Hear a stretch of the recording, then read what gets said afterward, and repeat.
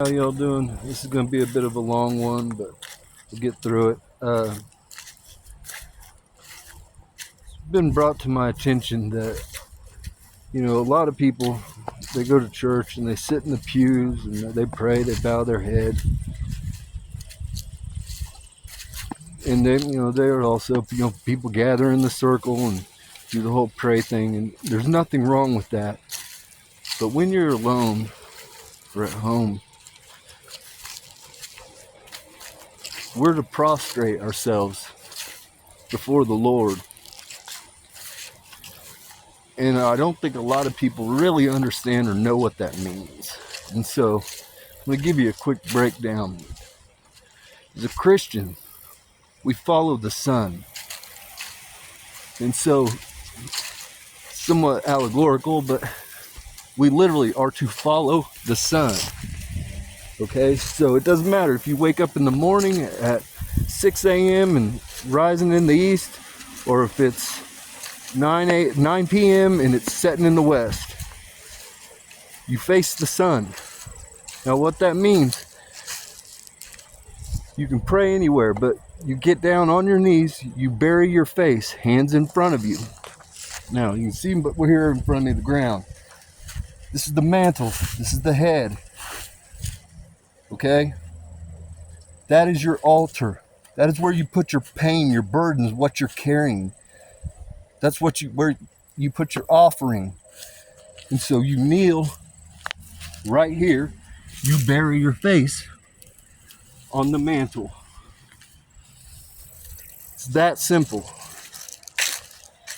And that is how you pray. And you always track with the Son. I do this every day, or I try to. I'm not perfect, but I'm in constant communication with the Lord. Direct link line. And so I get a pass every once in a while, but I try to do it every day, sometimes many times a day. But so with that,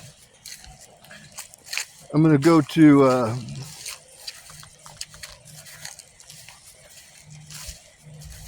let's see, I'll go with Revelation. I wrote the book of Revelation long ago. I wrote it as Mary. I wrote it after the crucifixion of Christ. And so a lot of people think it's difficult. They say it's one of the more difficult books to understand, but it's really not that difficult. And over time, I'm going to walk you all through the teachings and what it all actually means. But this is more specific to my story and my work that's getting ready to begin.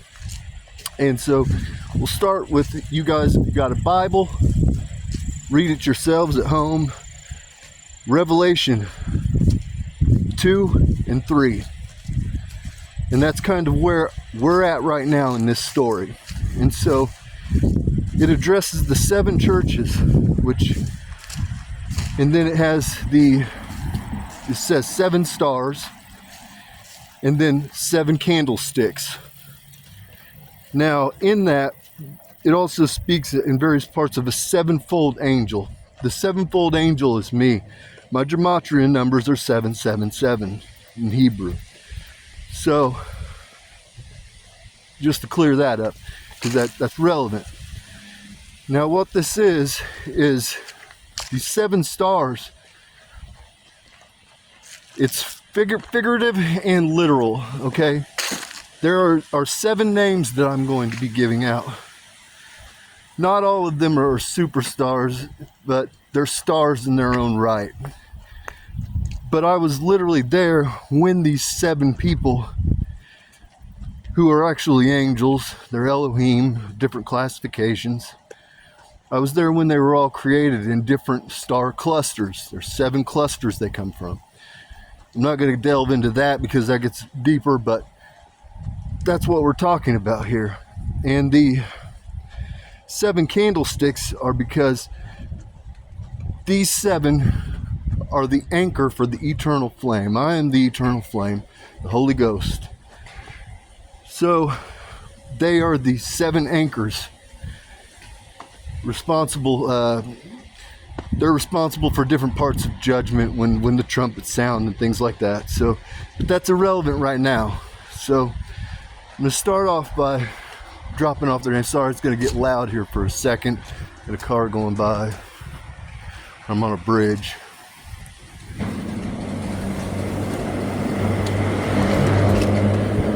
And so, okay, so with that, now there's going to be some names that are well recognized. There's going to be some names that aren't well recognized. There's one name that will be left out of the 7 because they're at a point in their life where there are other things at play, and I don't want to make things more complicated for them than they are already dealing with. If that makes sense. So the first one is very well known.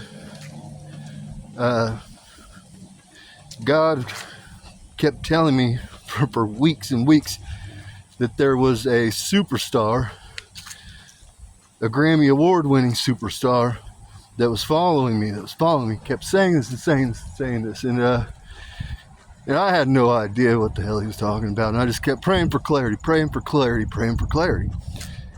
And one day, hit me again on the spirit, where it said there's a Grammy Award winning star. And literally, had some earbuds in, put the radio on, and a song came on, Abracadabra, from an artist named Lady Gaga. And so that's the first name. Then let's go to the next name. Some of these people, these angels, were put in proximity to me at various points in my life. And one of them is a Hebrew woman that went to high school with me. And her name is Emily. That's number 2. I believe she's a doctor. Don't hold me to that, but then number 3, I've known for a very long time during judgment periods. This person has been a ride or die. Her name is Kenna. The next name, let me see here what I want to do.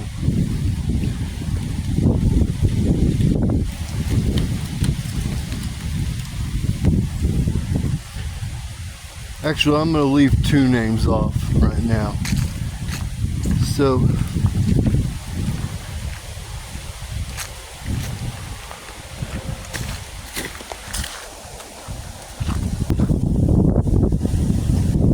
the next name is going to be Michaela. And Michaela, you have a very important role. You have a young daughter. Your daughter is going to be responsible for carrying on my teachings when I'm gone. So that's kind of an important piece of this. Next up, we're going to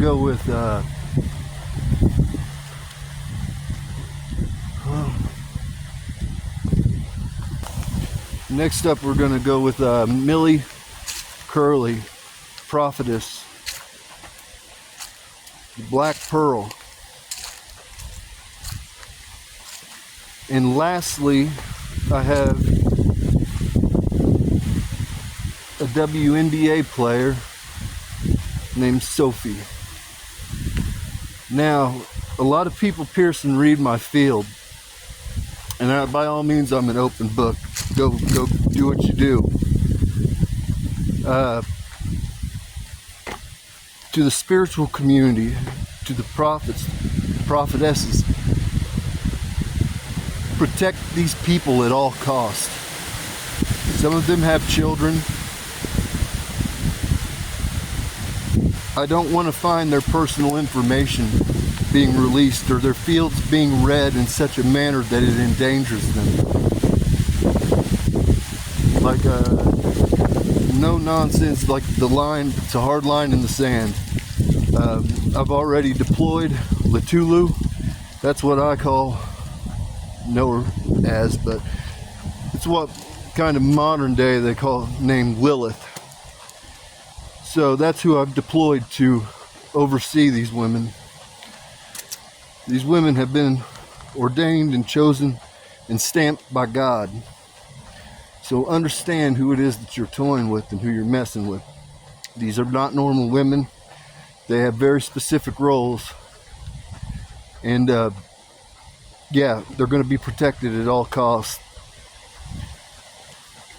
And so with that, I'll cut this. I'm going to jump into some other videos, but because they're off topic and they don't have anything to do with this, I'm going to go ahead and cut this one and then go on to the next one.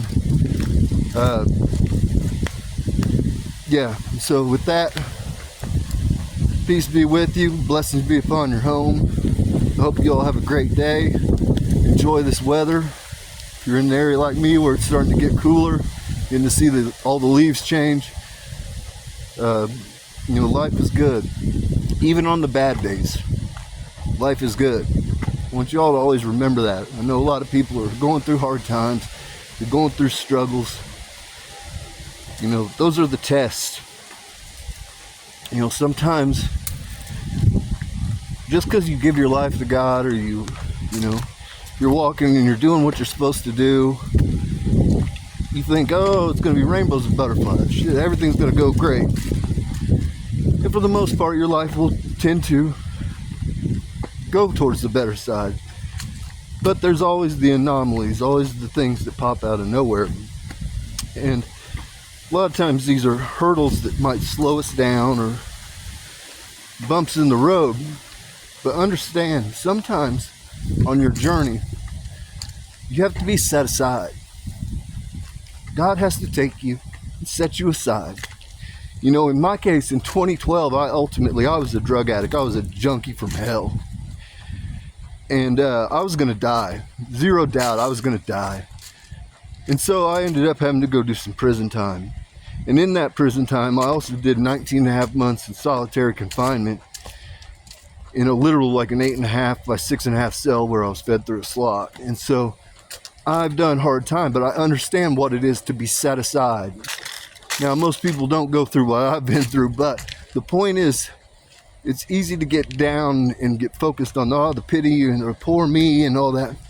But the reality, man, is if you wake up and you got breath in your lungs and you got hope for a better day, man, that goes a long way. Shit happens. Sometimes you got to be set aside. Sometimes when you're set aside, it's so that you can gain clarity, so you can see who's really on your team, who really supports you, whatever it might be. Sometimes it's to preserve your own life, you know what I mean? Because you're going down a path where you're just going to crash and burn.